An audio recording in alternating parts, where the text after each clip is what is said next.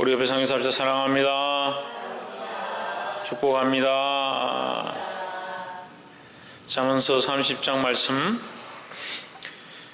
잠언의 30장과 31장은 이 솔로몬의 잠언이라고 보기는 어려운 말씀들입니다. 하지만 우리가 이것도 말씀으로 우리에게 주어졌고 또 이 말씀 가운데서 우리에게 교훈이 되니까 어쨌거나 이 말씀을 통해서 큰 도전이 있기를 소망합니다.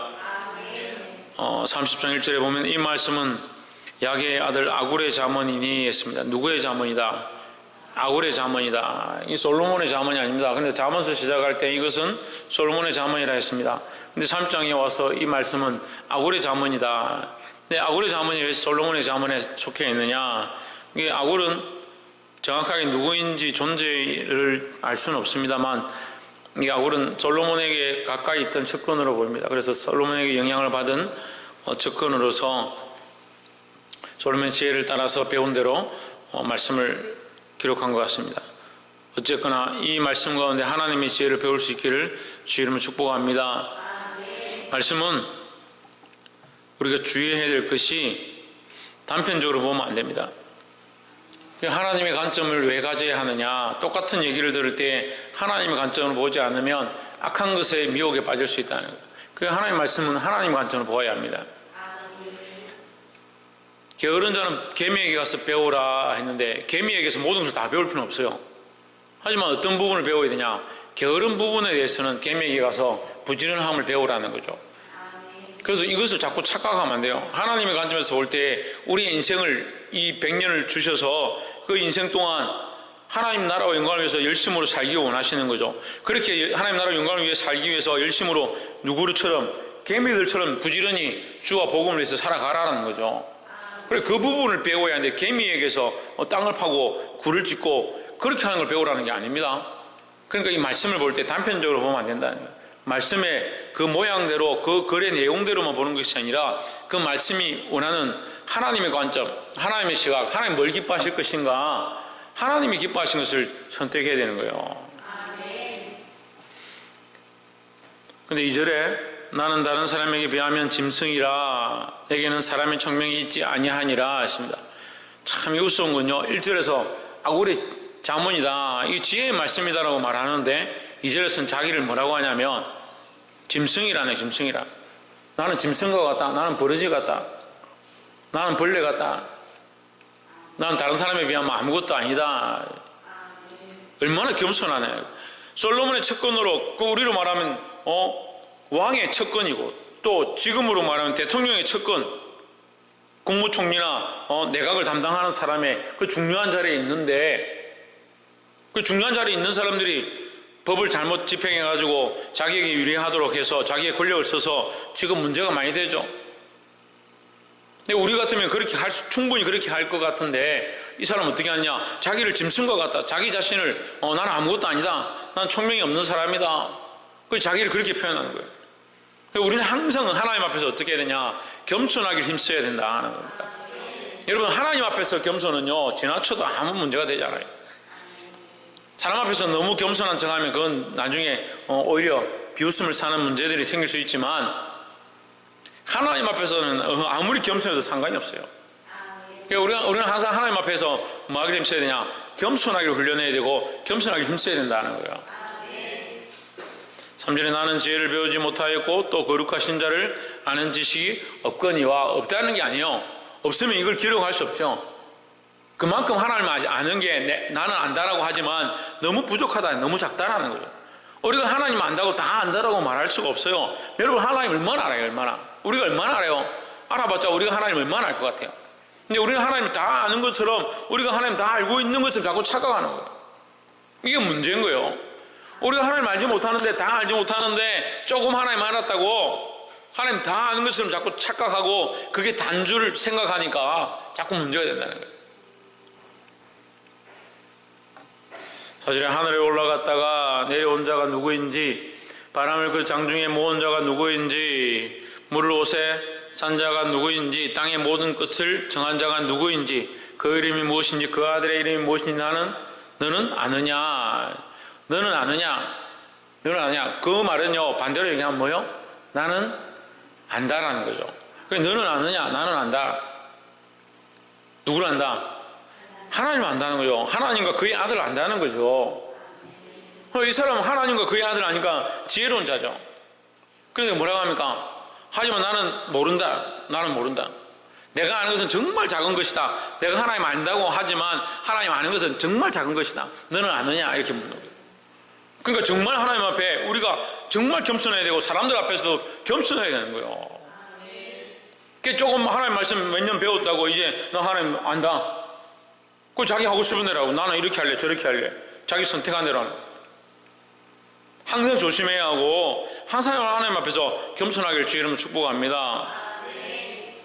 옆에서 한번 보시죠. 항상 하나님 앞에서 겸손하기를 힘씁시다. 5절에 하나님의 말씀은 다 순전하며 하나님은 그를 의지하는 자의 방패이시니라. 하나님 말씀은 다 뭐하다? 순전하다. 순수하고 완전하단 말이죠. 하나님 말씀은 어떤 계량이나 모략이 있는 것이 아니라 하나님 말씀은 순순하고 있는 그대로 하나님 말씀은 그대로다. 하나님 말씀은 완전하다는 거죠. 그러니까 우리가 하나님 말씀을 믿을만 하고 의지할 만하다라는 거죠. 그러니까 뭘 의지해야 합니까? 하나님 말씀을 의지하고 하나님 말씀을 순종해야 된다는 거죠. 6절에 너는 그 말씀에 더하지 말라. 그가 너를 책망하시겠고 너는 거짓말하는 자가 될까 두려우니라 하십니다. 너는 그 말씀에 더하지 말라. 뭐 하지 마라? 더하지 마라. 더하거나 빼지 말라. 이것은 무슨 말씀이에요? 요한계시록 말씀이에요. 요한계시록 22장에서 누구든지 이 기록되어진 하나님 말씀에서 조금이라도 더하거나 빼는 자는 하나님 나라에서 더하거나 빼버린다. 그러니까 그만큼 무섭다는 거예요. 하나님 말씀을 더하거나 빼는 자는. 그러니까 우리 정말 조심해야 된다는 거예요. 너는 말씀에 더하거나 빼지 말라.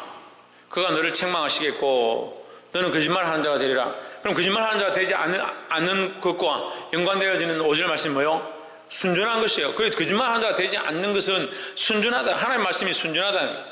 그러니까 하나님 말씀대로 살아가면 우리는 뭐예요? 순전한 자가 되는 거죠. 그러니까 하나님 말씀대로 우리가 온전히 살아야 돼요. 거짓말하는 자가 되지 않으려면 하나님 말씀대로 더하거나 빼지 말아야 된다는 거죠. 그래서 우리가 첫 번째 나누고 싶은 말씀은 말씀대로 살자. 말씀대로. 무엇대로? 하나님 말씀대로 살아야 한다 하는 겁니다. 두 번째는 8절에 곧 허탄과 거짓말을 내게서 멀리 하옵시며 하십니다. 지금 이 8절은 뭐냐면 두 가지 구하는 거예요. 7절 다시 보세요. 내가 두 가지 일을 주께 구하여 사오니 나의 죽기 전에 주시옵소서. 이 사람이 두 가지를 구하는데요. 이 사람이 항상 하나님 앞에 구하는 두 가지가 있는데 이 기도는 우리도 해야 될 것들이다. 두 가지를 뭘 구하느냐? 8절에 허탄과 거짓말을 내게서 멀리 하옵시며 했습니다. 그럼 인생이 허탄과 거짓말을, 헛된 것과 거짓말을 한다는 거예요? 안 한다는 거예요? 예, 많이 하고 있다는 거죠. 우리도 모르는 사이에 헛된 말을 하고요, 허탄한 말을 하고요, 허탄한 것과 헛된 것을 종합하면 스스로 자랑하는 거예요. 나는 이만큼 했다. 나 이만이 대단하다. 내가 한 게 얼마나 많은 줄 아느냐. 이게 허탄한 말을 많이 한다. 거짓말을 내게서 멀리 하십시오. 거짓말을 많이 한다는 거예요. 자기도 모르게 거짓된 말들을 너무 많이 한다는 거예요. 그래서 허탄한 것과 거짓말을 내게서 멀리 하옵소서 이걸 구한다는 거예요. 참 이런 기도를 잘 안 하죠. 여러분, 하나님 내가 거짓말하지 않게 해주십시오. 내가 헛된 소리를 좀 안 하게 해주십시오. 기도하는 사람이 잘 없습니다. 그렇지만 그것 또한 하나님 앞에서 범죄인 줄 알아야 하고 내가 자제해야 될 부분들이라고 하는 거예요. 그래서 하나님 앞에 구하는 거예요. 하나님, 내게서 이 말을 내가 조심하게 하시고 헛다른 말을 하거나 거짓말을 하지 않도록 우리를 인도해 주시옵소서. 그걸 기도하는 거예요. 그것을 구하고 또 하나는 뭐냐? 나를 가난하게도 마옵시고 부하게도 마옵시고 오직 필요한 양식으로 나를 먹이옵소서 하십니다. 두 번째는 뭐냐면 일용 양식을 구하는 거예요. 일용 양식을 구하는 모양은 어떤 의미를 가지냐면요, 범죄하지 않는 모양이에요. 범죄하지 않는데 우리가 부하여서 하나님 나라를 바라보지 않고 이 땅에서 배불러서 내 마음대로 살까 두려워하고 가난해서 남의 것을 탐하거나 훔치거나 그렇게 범죄하지 않기를 구하는 거예요.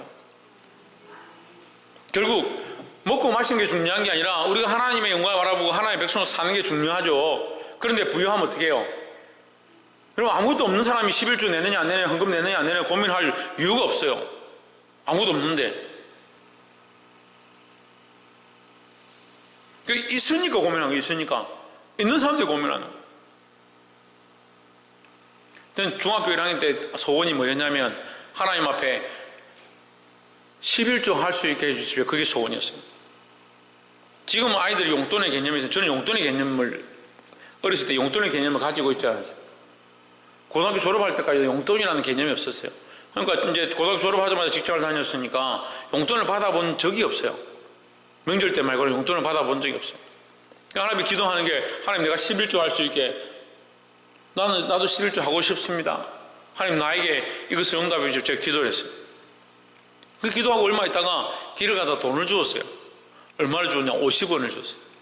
50원. 지금도 50원짜리가 별 필요 없지만 그때도 50원짜리는 별로 큰 돈이 아니었어요. 그 50원짜리를 주자마자 무슨 생각을 했는지 압니까? 11조 해야죠. 그 50원을 11조 했어요. 저는 평생 잊어먹지 않는 저희 최초의 11조가 뭐냐면 50원이에요. 돈을 가져본 적이 없으니까 돈이 생기자마자 맨 처음 한 게 그 50원을 주어서 그것을 헌금봉투에 넣어서 11조 냈습니다.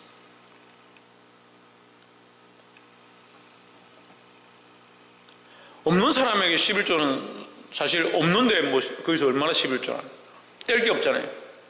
근데 부유한 자들이 가진 자들이 오히려 11조 하는 게 고민스러운 거예요. 헌금을 하나님께 드리는 게 고민스러워요. 내가 얼마나 하나님께 드려야 돼요? 가진 것이 많아질수록 헌금하기 더 힘들어요. 가진 것이 많을수록 헌금하는 것이 어렵다는 것은 하나님과의 관계는 점점 멀어져 간다는 얘기고요. 더 큰 축복을 받기에 합당치 않다는 거죠.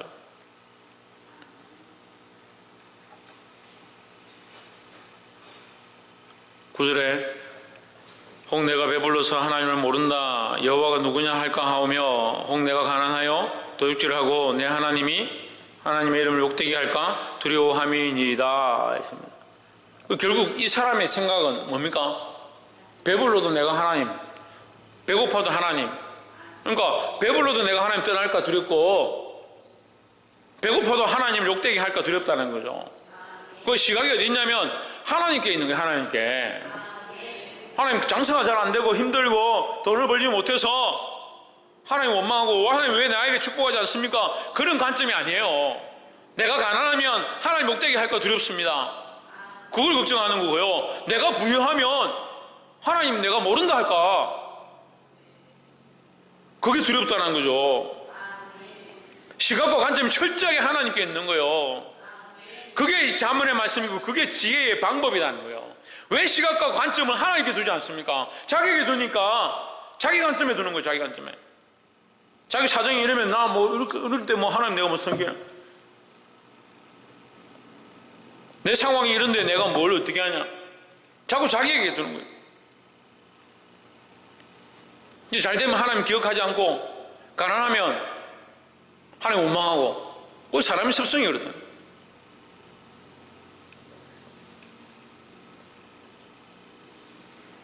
사랑하는 성도 여러분, 항상 하나님의 관점, 하나님 원하시는 시각들을 가지기를 주의 이름으로 축복합니다. 옆에서 한번 봅시다. 하나님께서 원하시는 관점과 시각들을 가집시다. 그 잠언서 말씀 우리가 계속 보고 있는데 잠언서를 보면서 이 잠언서 말씀은 복음이라는 것을 우리가 깨달았습니다. 이 잠언이 결국 우리에게 복음이고 복음은 우리에게 하나님께서 주시는 은혜의 말씀이다라는 거죠.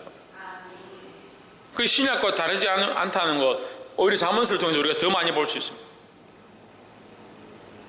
방금 보았던 것처럼 말씀에서 더하거나 빼지 않도록 해주십시오 했던 거 했죠. 그 12절 보세요. 스스로 깨끗한 자로 여기면서 오히려 그 더러운 것을 씻지 아니하는 무리가 있느니라 했습니다. 스스로 깨끗한 자다 여기면서 자기를 깨끗하다 생각하면서 더러운 것을 씻지 아니한다. 예수님 뭐라고 합니까? 예? 남의 눈에 티는 보고 자기 눈에 들보는 못 보는 거예요. 그 말씀이 이 말씀이죠. 스스로 깨끗한 자로 여긴다. 남들은 더럽다 생각하고 자기는 깨끗하다 생각하는 거예요. 깨끗하다 생각해서 자기의 더러운 것을 씻지 않는다. 먼저 뭘 해야 되냐? 먼저 자기를 씻으라. 먼저 자기 눈에 들보를 빼어라. 그리고 나서야 밝은 눈으로 다른 사람의 잘못을 볼 수 있을 것이다 라는 거죠. 우리가 교사되고 원하고 교훈하는 자로, 가르치는 자로, 주의 말씀을 전하는 자로 세워지기 원한다면 먼저 나를 씻어야 된다. 먼저 나를 깨끗하게 해야 된다는 거죠. 먼저 내가 말씀 앞에 바로 서 있어야 된다는 거예요. 13절에 눈이 심히 높으며 그 눈꺼풀이 높이 들린 무리가 있느니라. 같은 말씀이에요. 눈이 심히 높고 눈꺼풀이 높이 들려서 생각과 보는 것이 높은 것처럼 되어 있다. 첫 번째 이 사람처럼 우리는 어떻게 되냐? 항상 겸손해야 돼. 겸손해야 돼. 그 자기를 뭐라고? 자기를 짐승과 같다라고 표현했던 것처럼, 자기를 벌레처럼 보는, 나는 죽을 수밖에 없는 존재임을 보는 자, 그런 자의 모습을 가져야 되는 거예요. 여러분, 이 겸손하지 않으면요, 하나님의 말씀을 다 창세기부터 요한계시록까지 다 통달하고요, 다 외워도 소용없는 거예요. 왜? 예수님 모습을 안 닮은 거거든요. 예수님 모습을 닮아야 돼. 예수님 모습을. 며칠 전에 저한테 전화가 왔어요. 어떤 장로님이라고, 자기는 뭐 누구를 알고 총회장을 알고 누구를 알고 모르는 사람이 없고, 뭐 전도를 얼마나 했고 몇만 명을 전도했고, 뭐 어떤 집회에 다니고 뭐 유명한 분이라고 저한테 얘기를 하더라고요. 제가 아이고 그렇습니까? 처음에 전화 받고 제가 한 40분 정도 통화를 계속 얘기하시더라고요. 야, 40분 동안 얘기하시는데도 자기 이력을 얘기할 게 있더라고요. 좀 대단한 분이더라고요. 그래서 40분 정도 듣고 나서 제가 잠깐 끊었습니다. 뭐라고 말했냐면, 장로님, 알겠습니다. 근데 예수님 믿으시고 천국 가십시오. 그러니까 제가 전화 끊었어요. 40분 동안 그만큼 얘기할 게 있는데요, 누구를 얘기할 게 없어요. 예수님 얘기할 게 없어요. 우리가 얘기를 하면요, 우리가 서로 대화하면요, 하나님 얘기할 거, 예수 그리스도를 자랑할 거, 나는 아무것도 아닌데 하나님 나를 이렇게 쓰셨고, 그리스도께서 나에게 이런 은혜를 베푸셨고, 나의 삶을 이렇게 부유하게 하셨고, 나를 이렇게 존귀하게 만드셨다, 하나님 볼 수 있는 삶이 되어야 되는데, 자꾸 우리는 뭘 보냐? 하나님 안 보고 자꾸 자기만 보는. 갈수록 누구만 보냐? 자기만 보고 자기를 더 아름답게 하기 위해서, 자기를 더 멋있게 하기 위해서, 자기 삶을 더 부유하게 하기 위해서, 자기가 맛있는 걸 먹어 배를 불리기 위해서, 자기 몸을 채우기 위해서, 자기밖에 모르는 거예요. 자기를 못 본 사람이 어떻게 다른 사람을 고치겠냐는 거예요. 자기 눈에 들보를 빼지 않는 사람이 어떻게 다른 사람 눈에 티끌을 빼겠냐는 거예요.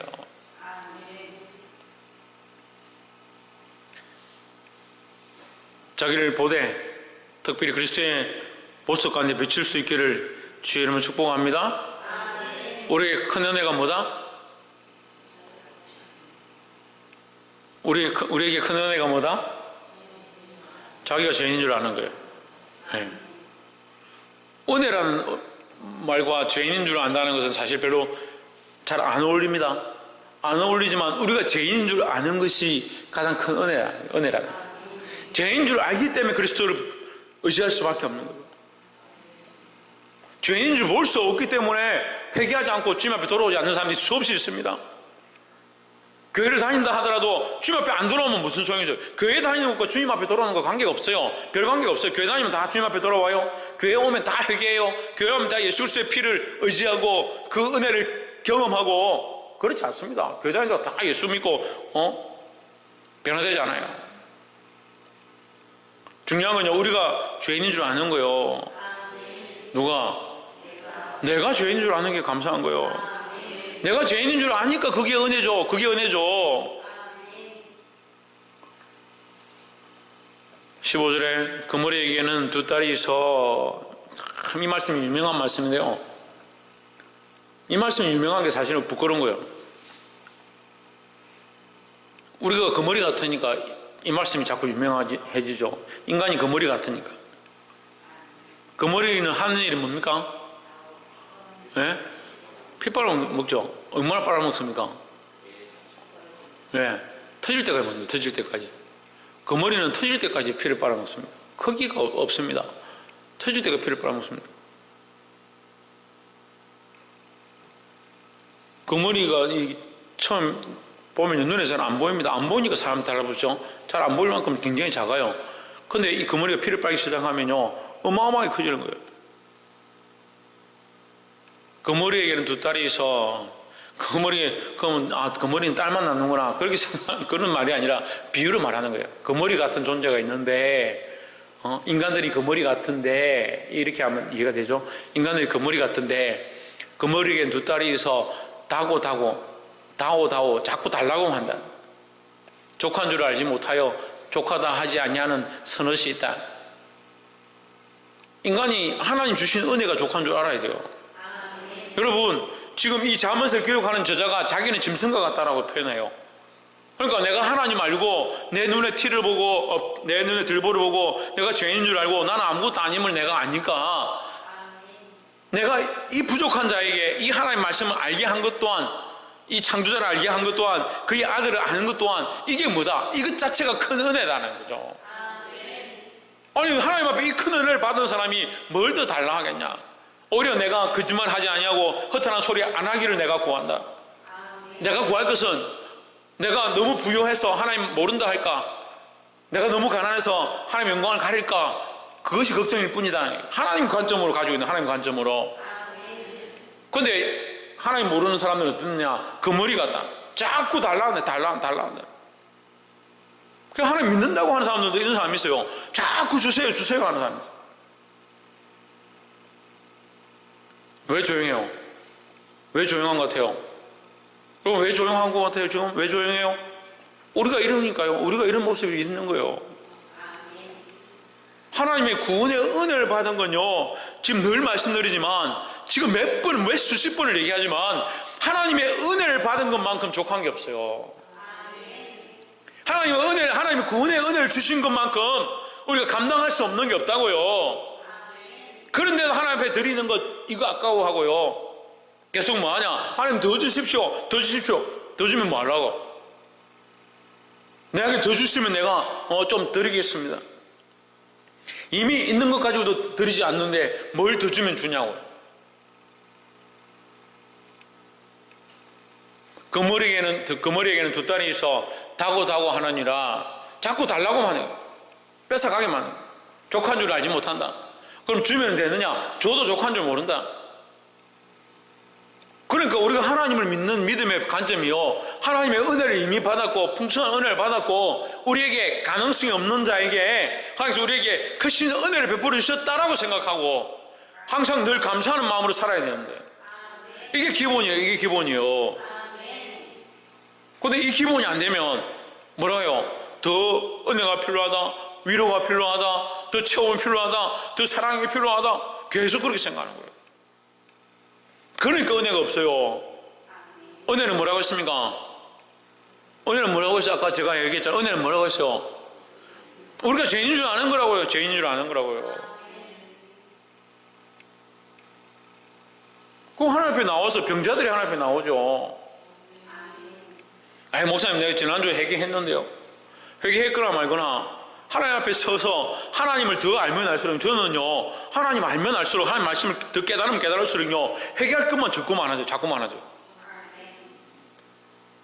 제가 하나님 성령의 은혜로요, 전에 말씀드렸는데, 제가 어렸을 때 성령의 은혜로 태어나서부터 지은 죄들을 하나님 앞에 정말 파노라마 같이 지나가는데 그 장면들을 보면서 하나님 앞에 엎드렸어요. 몇 시간을 회개했어요. 다른 사람들 다 내려가고 수련회 다 끝났는데 저 혼자서 밤새도록 하나님 앞에 회개하고 통회한 적이 있습니다. 그래서 저는 그게 다 끝난 줄 알았습니다. 그런데 좀 자랐어요. 더 은혜를 받고 나니까요, 제가 보지 못한 죄들이 또 있는 거예요. 최근 들어서 또 하나님 앞에 엎드려서 기도하는데요, 제가 회개한 것들 말고도요, 또 회개한 것들조차도요, 제가 다 보지 못했던 것들이더라고요. 점점 자라면서 더 알게 하시고요, 더 보게 하시는 게 은혜더라고요. 뭘 보았냐? 내가 죄인임을 보게 하는 거예요.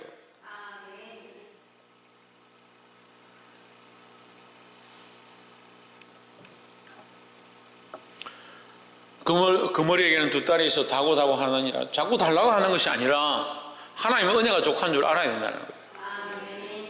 16절에 곧 음부와 스월과 지옥이죠. 지옥은 아무리 들어가도 끝이 없어요. 지옥에는요, 방이 모자라서 누가 이상한 소리 하던데 지옥에도 뭐 사람이 많이 들어와서 분양할 자리가 없어서 천국으로 다 쫓겨난다 그런 소리 하는데 쓸데없는 소리 하지 마요. 그 영도 모르고 세계도 모르고 하나님도 모르는 소리를 하는 거예요. 이게 우주 만물을 지으신 하나님이 사람이 들어갈 형벌의 장소를 못 만들까 봐요. 지구에 사람이 그렇게 많다는데 지구가 떨어지지 않습니다. 1cm도 흐트러지지 않습니다. 곧 서울과 이거 한없이 들어갈 수 있는 것. 아이 베지 못하는 태와 아이 베지 못하는 것은 저주의 한 모양을 얘기하는 거예요. 아이 베지 못한다고 해서 그 사람이 저주받았다고 할 수는 없지만 아이는 베지 못하는 태를 가진 사람이 남자가 문제다. 씨가 안 좋아서 안 생긴다. 그렇게 말하는 것 같다. 아무리 그에게 씨를 준다고 해서 되는 게 아니다 이 말이죠. 다시 말하면 밭이 잘못되었는데 뭐가 되겠느냐 이 말이에요. 어떤 사람의 특정한 사람을 표현해서 얘기하는 것이 아니라 의미하자면 밭이 좋지 않은데 거기에 씨를 아무리 뿌린들 뭐가 나겠느냐 이 말이에요. 물로 채울 수 없는 땅과 조카도 하지 아니하는 불이니라. 불이 이제 뭐 다 태웠으니까 이제 스스로 꺼지겠다 그렇지 않습니다. 불은 있는 모든 것들을 다 삼킵니다. 이런 것처럼 우리가 이런 존재들이 되면 안 된다는 거죠. 하나님의 은혜를 족한 줄 아시기를 주의 이름으로 축복합니다. 마지막 네 번째로 18절에 내가 심히 기이 여기고도 깨닫지 못하는 것 서너 시 있나니 곧 공중에 날아다니는 독수리의 자치와 반석 위로 기어다니는 뱀의 자치와 바다로 지나다니는 배의 자치와 남자가 여자와 함께한 자치며 했습니다. 지나가고 나면 표시가 나지 않는, 죄를 짓고 나면 표시가 안 난다는 거예요. 죄의 자체는 잘 남지 않습니다. 우리가 선한 자치는 오히려 남을 수가 있어요. 그런데 죄의 자체는 잘 안 남습니다.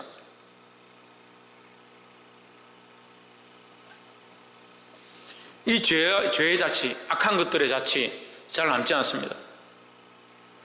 잘 남지 않기 때문에 사람들이 몰래 죄를 짓는 거예요. 그렇지만 우리는 이것을 누가 하신다?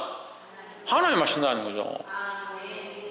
바람이 부는 것도 하나님 하시고요, 독수리의 자치도 하나님 하시고요, 반석에 기어다니는 뱀의 자치도 하나님 하시고요, 바다로 지나다니는 배의 자치도 하나님 하시고요, 남자와 여자와 함께 했던 자치도 하나님이 하신다고요. 그러니까 누구를 두려워해야 된다? 하나님을 두려워해야 된다는 거예요. 사람은 모르잖아요. 사람은 이 자체를 모릅니다. 모르니까 사람을 두려워할 필요가 없어요. 누구를 두려워해야 되냐? 하나님을 두려워하라는 거예요. 자치가 남지 않으니까 이런 죄를 범하라는 것이 아니라 자치가 남지 아니하지만 누가 하시냐? 하나님 하신다는 거예요. 그래서 누구를 두려워하라? 하나님을 두려워하라는 거예요. 20절에 엄녀의 자치도 그러하니라. 그가 먹고 입을 씻음같이 말하기를 내가 악을 행치 아니하였다 하느니라. 엄녀가 행한 그 엄행한 일들은 보이지 않는다. 알 수가 없다. 하지만 누가 한다? 하나님 하신다. 하나님 하신다. 이 세상을 큰 바벨론이라 하고 이 세상 자체를 하나님께서 뭐라고 말씀하시냐? 엄녀라고 얘기하는 거예요. 엄녀라고. 하나님을 떠나 있는 세대, 하나님을 배반한 사단의 굴복한 세대를 엄녀라고 하는 거예요. 엄란한 세대라는 거예요. 하나님을 섬기지 않고 세상을 섬기니까, 하나님을 섬기지 않고 자기 배를 섬기니까, 하나님을 섬기지 않고 자기 목구멍을 섬기니까, 하나님을 섬기지 않고 재물을 사랑하니까 그것을 엄녀라고 하는 거예요. 우리는 순결한 신부가 되어야 합니다. 예수 그리스도만 바라보는, 하나님만 사랑하는 순결한 신부들이 되어야 합니다. 옆에서 한번 보십시오. 예수 그리스도만 오직 사랑하는 순결한 신부들이 됩시다. 말씀을 맺겠습니다. 오늘 말씀이 좀 길었지만 이 잠언서 가운데 이 아굴의 잠언을 통해서 또한 하나님께서 말씀해 주십니다. 우리는 누구의 관점을 가져야 되냐? 하나님의 관점을 가져야 합니다. 사람의 시각을 두려워하고 사람의 관점을 가지는 것이 아니라 하나님의 관점을 철저하게 가져야 합니다. 누가 하시냐? 하나님 하신다는 거죠. 사람들이 보기에 옳고 사람들이 보기에 원하는 것을 쫓아가는 것이 아니라 하나님 기뻐하신 것을 철저하게 따라가야 합니다. 하나님을 두려워해야 합니다. 그렇기 때문에 항상 겸손해야 하고 사람들의 시각을 보는 것이 아니라 내 눈의 들보를, 내 눈의 부족함들을 먼저 빼고 고쳐야 한다는 거죠. 이 하나님의 시각, 하나님의 관점을 가지고 또한 하나님을 두려워할 수 있는 저와 여러분 되기를 주의 이름으로 축복합니다. 기도하겠습니다.